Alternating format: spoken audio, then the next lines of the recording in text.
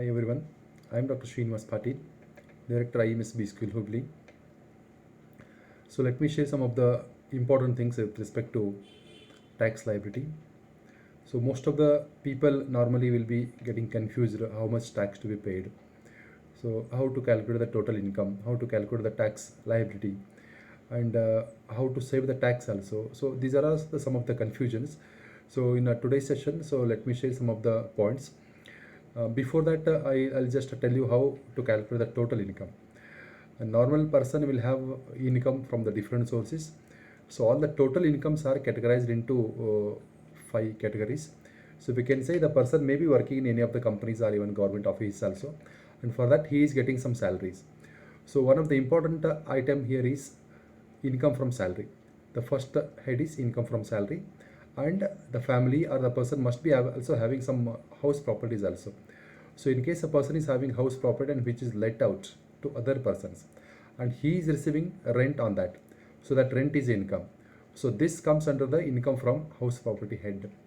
So first head is income from salary, second is income from house property. So these are the two heads. And another important thing is income from capital gain. So income from capital gain here, this is again one of the important area where we have to consider is in case a person is selling any of his properties. So profit gained or arised out of this selling this kind of properties is again considered as capital gain. So capital gain may be a long-term capital gain or even a short-term capital gain also. So this capital gain is also taxable. So therefore this comes under the third head.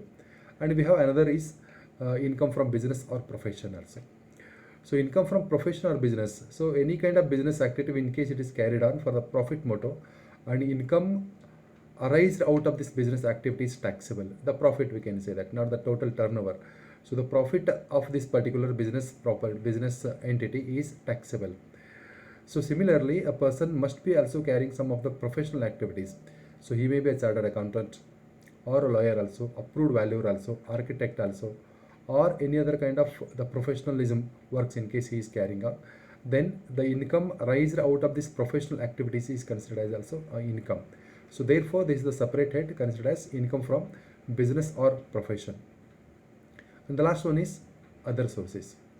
So in case any income which is not covered under these four heads, maybe a salary income or house property, capital gain, or business and profession, and this kind of incomes is considered as income from other sources. Any kind of sources must be there. A person is having some other source also. For example, salary income, you can say that. And in case any amount is received from his employer is considered as a income from salary. And an employee who is also receiving income or remuneration from other than his employer also. For example, a professor or a teacher. So he must be doing some valuation work also. And remuneration received with respect to valuation, paper checking or supervision, whatever it is. So this is taxable under other sources because he is not getting this kind of remuneration from his employer. So this may be received from the government or the university. So hence this is considered as other source. Similarly, coming to this house property also. In case his own house property is let out, then rent received is income from house property. And some people, what do is they take the income, they take the house property, and part of the house property is sublet to other persons. So in such case, income received on subletting the property is considered as income from other sources because this cannot be considered as a house property income. Hence the owner, in case he is receiving rent, is a house property income. So subletting means the person is not the owner, he is a tenant receiving rent on subletting house. So this is considered as the income from other source income. So this is one. There may be interest on deposits also, or any other dividends also. So this kind of incomes all together we can say these are the income from other sources. So hence all together we can say this is the gross total income. So this gross total income minus some deductions will be also there. And for all the assessees, so assessee means the person who is paying the tax or liable to pay the tax. So this person is considered as assessee. So therefore, this assessee must be having some of the savings and investments also. So these savings and investments are deducted under section 80C, 80D, or even 80G also. So say for example, this insurance premiums, then interest and principal amount paid on housing loan also, then educational loan repayment also, and there may be the insurance premiums also or any other things also. So these are all covered under the ATC. And ATD is also there. ATD is related to this health insurance. In case health insurance is paid on the family, on the parent's family, then this is also considered as a deductible under section 80D. And we have some another important section is 80G. Majority of the people are paying some donation to some of the different institutes. So they will be giving this donation to this education institutes also, or even temples also, then any other funds also, or even the government funds also, we can say that. So this kind of donations are also considered as deductible under section 80G. So this is eligible to the extent of 50% and 100% also, based on the liability or the availability given by the government also. So these sections 80C, 80D, 80G or any other sections under section 80 are deducted from gross total income. Then whatever the amount we get is total income. So this total income is liable for calculating the tax only. So therefore, so this total income is only to be considered for calculating the tax, not the gross total income. So I said gross total income is the income from all these 5 sources minus section 80D, 80C, 80U or any other things also. So these are to be deducted. After deducting these sections, then we'll get this total income. So therefore, this total income is very important for calculating the tax also. From this assessment year 2020 onwards, the tax slab is changed by the central government. Finance Minister Nirmala Sitharaman has given some of the important tax slabs for the people. And what is important here is that the old system is also continued and the new system is introduced. And the assessee may choose any one of these two also. So whoever is having the option, they may go for this old system or even the new system also. So as per the old system, so let me highlight some of the important things. A person is having income up to 2.5 lakh rupees. So he is not required to pay tax also, because it is permitted. Income up to 2.5 lakh is permitted for not paying the tax, means exempted. So zero tax rate, we can say that. And in other case, in case income is exceeding 2.5 lakh to 5 lakh. So in case the income is lying between this 2.5 lakh to 5 lakh, then tax rate applicable is 5%. So 5% tax is there for this 2.5 lakh. And in case income is exceeding 5 lakh to 10 lakh, as per the old system I am telling. So if income exceeds 5 lakh and up to 10 lakh, the tax rate is 20%. So earlier 2.5 to 5 lakh, that is 2.5 lakh. 2.5 lakh into 5%, 12,500. And 5 lakh to 10 lakh. So that 5 lakh into 20%. So 1 lakh rupees. So 1 lakh rupees from 5 lakh to 10 lakh. And 2.5 lakh to 5 lakh, that is 12,500. So altogether 1 lakh 12,500 is the total tax in case the total income is 10 lakh. And in case the person's income exceeds 10 lakh, then the excess of that will be paid at the rate of 30%. So this is the simple system which we had earlier, and the new system is also introduced. So with the 3 additional slabs we have made it. And rebate and other things I'll let you know so later. And let me also tell, so this system is not applicable for all the people. It again differs from seniors also, senior citizens we can say, and even super seniors also we can say that.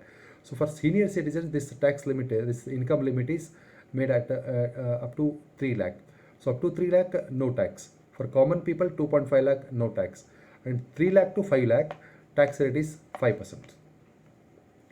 And above again, as per the same things, we can say that. And for super seniors, up to 5 lakh, there is no tax. Super seniors, up to 5 lakh, no tax. And 5 lakh to 10 lakh, 20%. And above 10 lakh, 30%.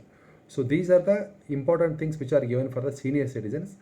So they can also avail up to 5 lakh and 3 lakh, no tax for the senior citizens. And coming to this new system of tax slabs introduced from the 2020 onwards. Same 2.5 lakh category is there for the beginning. Up to 2.5 lakh, no tax. 2.5 lakh to 5 lakh. 2.5 lakh to 5 lakh in case income lies between 2.5 lakh to 5 lakh, and tax rate is 5%. And income, in case it lies between 5 lakh to 7.5 lakh. In addition to that tax, whatever he pays up to 5 lakh, then additional amount. So 5 lakh to 7.5 lakh means 10% to be paid. And from 7.5 lakh to 10 lakh, 15% is made. Then 10 lakh to 12.5 lakh, 20% is there. Then 12.5 lakh to 15 lakh, 25%, and 50 lakh and above, 30%. So these are the additional things which are made. But here for every 2.5 lakh, this additional things are made. So this is easy to remember also. So let me give this 2.5 lakh to 5 lakh. 2.5 lakh to 5 lakh, 5%. 2.5 into 2 we can make it, so 5%. Then 5 lakh to 7.5 lakh. 5 lakh to 7.5 lakh means here 5 into 2 means 10%. So 10% category is there. 7.5 lakh to 10 lakh. So in that case 15%. 10 lakh to 12.5 lakh, 20%. Then 12.5 lakh to 15 lakh, 25%. 15 lakh and above, 30%. So the beginning slab you have to understand and multiply by 2, so that you will get it's easy to remember also. So these are the new systems have been made. And some people say that up to 5 lakh there is no tax also. So that's not correct actually. In case income is less than 5 lakh, then that rebate of that 5% is also given. So if a person's income is less than 5 lakh, then the rebate is given and he is not required to pay the tax. If a person's income is more than 5 lakh, then that rebate cannot be applicable for that person. So therefore this rebate is applicable up to 5 lakh income only. And in case it is exceeding 5 lakh, then that rebate is not applicable. So this is one point we have to understand. This is as per section 87A of the Income Tax Act 1961.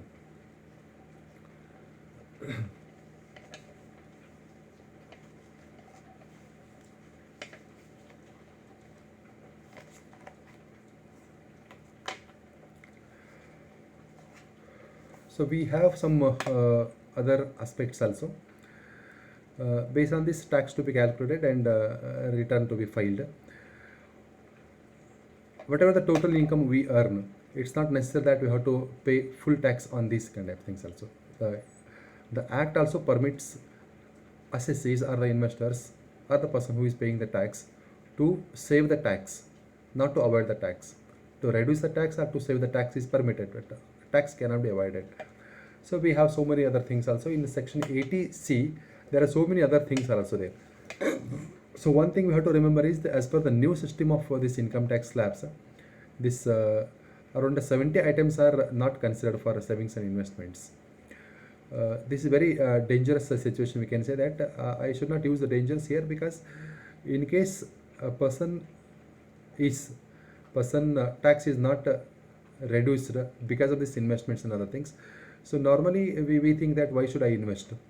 So in case investment is coming down or the savings habit is coming down, then the unforeseen activities facing is very problem also. Because saving habit will come down, investment habit will come down. This is one part to the individual. Another part you can see that the BFI sector, the banking, financial and insurance sectors will be suffering from these kind of things, because in case the investment in this sector is coming down, then what will the fate of this BFI sector is very, very important also. So that is to be considered. Investment definitely in insurance is coming down. Investment in share market is coming down because of this. Because we can see majority of the people are investing in this kind of schemes only to reduce the tax, because tax saving schemes are there. Tax saving schemes are there and people are investing in this kind of tax saving schemes only, and unknowingly we will be saving money, and it will be available for the next few years, 10-15 years also. So this was happened now. So this new tax slab is there. So this will make people to invest reluctantly in the strategies. So this is one point we have to understand. And as per the old system, this section 80C permits people to go for this one, reduce the tax also. We can say this life insurance premiums paid on life of the assessee, or even the life or lives of the family members also. So this was permitted. And in case house is constructed, and the repayment on housing loan is also considered for the ETC, and education loan of the children also. In case education loan is taken and the interest or the principal paid on this education loan is also considered for this tax deductions. And there are any other many like this PF and other contributions are also there. So these are also considered under section 80C. In addition to that, 80D. So 80D permits SSC up to 25,000 and even 50,000 for their parents also. So this health insurance will not cover for the entire family including parents. So they say that we should have two premiums, one for the family, another is the parents. So family includes here spouse and dependent children. So this is one family, and parents should have another separate policy only. So therefore, in case we go for this parents policy, then so this is permitted up to 50,000, and for us it is 25,000. So together we can claim under section 80D also. And 80G is again one of the important area, as I have said. 80G means normally people will be having the mindset of paying donations for the needy people or any other education institutes also, temples also, Gurudwara also, or any other the institutes also. Even the government funds also. Government is also spending so many things, amount for some of the things also. There may be the earthquake relief fund also, Prime Minister's relief fund also, or even this present 2020 this COVID related fund also. So PM Cares fund. So this kind of things are there. So there are so many people are there, so many funds also. In case we pay such kind of donations to these institutes or funds, then so such amount is again deductible under section 80G. So after deducting all these things, definitely we can save the tax also as per the permission only, and remaining amount is tax to be paid. So this what this tax liability I wanted to say that. Thanks for watching.